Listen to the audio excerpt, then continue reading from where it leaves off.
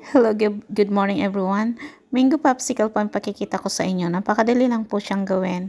Favorite ko po ang mango popsicle kaya lang medyo mahal siya rito. Kaya gumawa po ako ng sariling akin.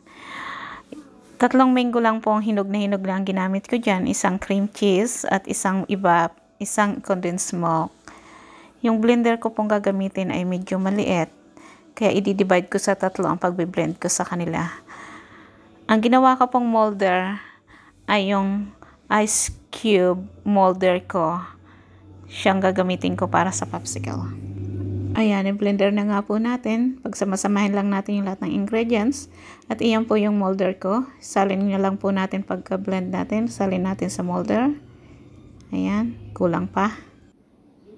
Ayan, ilagay uli natin yung natitirang nating mango at yung iba pang ingredients katulad po ng milk at cheese, cream cheese.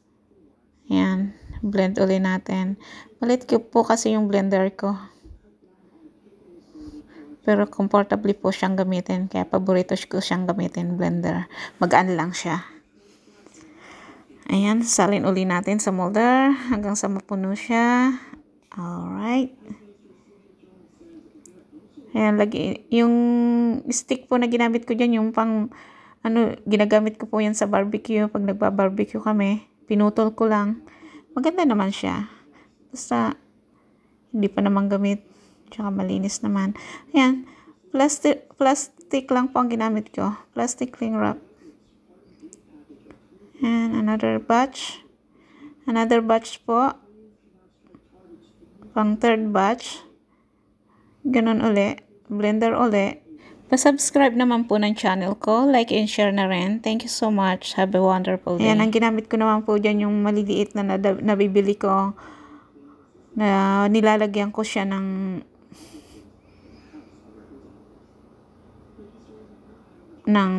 kung ano-ano. Pag pumapasok ako, pang dessert, ganyan. Ayan, ginawa ko molder. Cute nga po siya eh.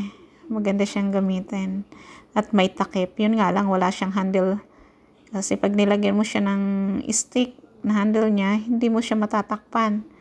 Pero maganda siyang tingnan. Cute. Ayan. Ayan. Lalagay ko na po siya sa freezer. Overnight lang po siya sa freezer. Ayan. After overnight sa freezer, ayan na.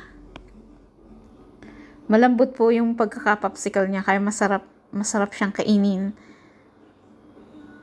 Balik po ulit natin kasi napakaaga pa. Ayaw kong kumain pa ng popsicle this morning. Yan, ito naman po yung nasa ice cube molder. Yan, madali lang po siyang tanggalin kasi malambot po yung pagkaka-popsicle niya. Yan, tatanggalin ko po siya lahat dyan. Tapos ilalagay ko siya sa isang plate para ibabalik ko sa freezer para po madaling pagkakainin, madaling kunin. Ayan, ilagay ko siya sa freezer. Balutin ko ulit ng plastic, bilili ko sa freezer. Tapos ayan na